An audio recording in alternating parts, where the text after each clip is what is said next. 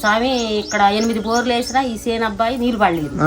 పడకపోతే ఇక అసలు స్వామి కాడ పడతాయా పడవా అని ఇక్కడ బోర్ వేయించారు. 40 అడుగుల కానించి ఫుల్ వాటర్ పడది స్వామి దగ్గర. 2 బోర్లు కూడా 40 అడుగుల కానించి ఫుల్ వాటర్ పడది. ఇప్పుడు మనం చూడబోతున్న గుడి అత్యంత పురాతనమైనది. 100ల సంవత్సరాల నాటి శ్రీ లక్ష్మీ నరసింహస్వామి ఆలయం. కొండ గుహలో వెలిసినటువంటి లక్ష్మీ నరసింహస్వామిని చూడబోతున్నాం. కొన్ని 100ల సంవత్సరాల క్రితం నుండి ఇక్కడ పూజలు అందుకోబడుతున్న ఈ దేవాలయం చాలామందికి తెలియదు. కొండ గుహలో వెలిసినటువంటి లక్ష్మీ నరసింహస్వామి నామాల రూపంలో కనిపిస్తాడు. ఈ దేవాలయం చాలా దూరంగా ఉంది అనుకునేరేమో. జగ్గేపేట మండలం అంటే ఎన్టీఆర్ జిల్లాలోనే చిల్లకల్లు రోడ్లో మక్కపేట వెళ్ళే గ్రామానికి ముందుకెళ్తే చిల్లకల్లు నుండి ఒక 5 కిలోమీటర్ల దూరం వెళ్తే ఎడమ చేతి వైపు పెద్ద ఆర్చికట్టు కనబడుతుంది. కానీ చాలామందికి తెలియదు. ఒక కొండ గుహలో వెలిసినటువంటి లక్ష్మీ నరసింహస్వామి యొక్క ఆలయం. ఇక్కడ నుండి వాతావరణం చూడటానికి చాలా అందంగా ఆహ్లాదకరంగా ఉంటుంది. అత్యంత శక్తివంతమైన దేవుడిగా వీళ్ళు ఇక్కడ ప్రతి నిత్యం పూజలు చేస్తూ ఉంటారు. ఆ చుట్టుపక్కల ఉన్న పొలాల వాళ్ళు, ఆ చుట్టుపక్కల గ్రామాల వాళ్ళు చాలామంది తరాలుగా వారు ఆరాధ్య దైవంగా ఆరాధించబడుతూ పూజలు అందుకుంటున్న శ్రీ లక్ష్మీ నరసింహస్వామిని మీ అందరికీ చూపించాలని మా రామ్ టీవీ టీం ఇక్కడికి వచ్చింది. మీ అందరికీ చూపించే ప్రయత్నం. ఎప్పటికప్పుడు సనాతన ఆలయాలు, శిథిలావస్థకు చేరిపోతున్న ఆలయాలను వెలుగులోకి తెచ్చే ప్రక్రియకి నాంది పలుకుతూ ఆలయాల అన్వేషణలో రామ్ టీవీ ఎప్పుడు ముందడుగు వేస్తూ ఉంటుంది. ఎక్కడున్నా చూపించే ప్రయత్నం చేస్తుంది.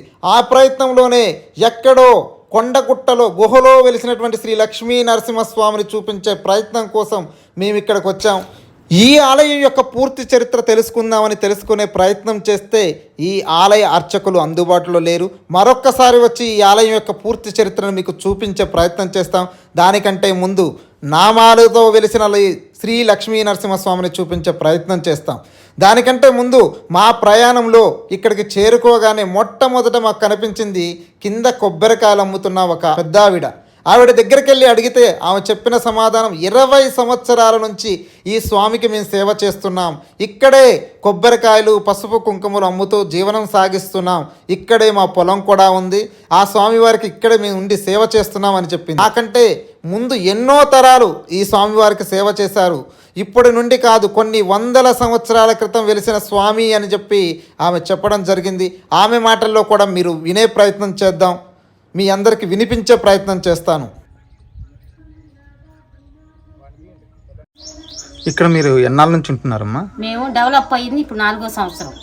డెవలప్ అయ్యి మేము చేయబట్టి శానాలు అవుతుంది. అంటే అసలు మేము 15 సంవత్సరాల నుంచి చేస్తున్నాం. దేవాలయం ఉండబట్టి ఎన్ని సంవత్సరాలు అయింది? ఇక్కడ తరాలైంది. అంటే మీకు తెలిసి ఎన్ని సంవత్సరాలు అవుతుంది? నాకు తెలిసి 20 సంవత్సరాలు అవుతుంది. ఇప్పుడు ఆ స్వామివారు ఎలా ఉంటారు? ఏ రూపంలో ఉంటారు అక్కడ? నామాలతో పూర్వం నుంచి ఉన్నారా? మరి పూర్వం నుంచి ఉంటే ఇక్కడికి ఎవరు రారా భక్తులు? భక్తులు ఈ ఊరు వాళ్ళు కలిసి చేస్తారు. ఇవాళోళ్ళు, గొడ్లోళ్ళు, గొర్రెలోళ్ళు, పొలాలోళ్ళు చేస్తారు. అందరూ చేస్తారు. స్వామి ఇక్కడ 8 బోర్లు వేసినా ఈ సేన అబ్బాయి నీళ్ళు పడలేదు. పడకపోతే ఇక అసలు స్వామి కాడ పడతాయా పడవా అని ఇక్కడ బోర్ వేయించారు. 40 అడుగుల కానించి ఫుల్ వాటర్ పడది స్వామి దగ్గర. 2 బోర్లు కూడా 40 అడుగుల కానించి ఫుల్ వాటర్ పడది. ఇప్పుడు పొలాలకి ఇవే వాడుకుంటున్నారా? పొలాలకి, స్వామికి అన్ని పైన. ఇప్పుడు అయ్యగారు ఉంటారా? అయ్యగారు కూడా వస్తారు. ఏ సమయంలో ఉంటారు అయ్యగారు?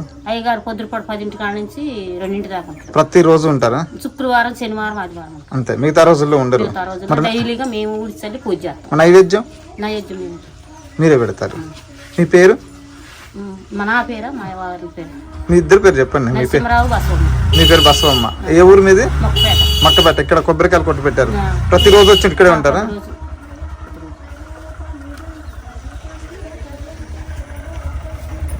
తల్లి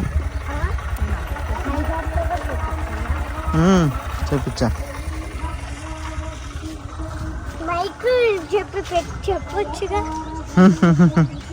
ఈసారి మైకే పెట్టిస్తా.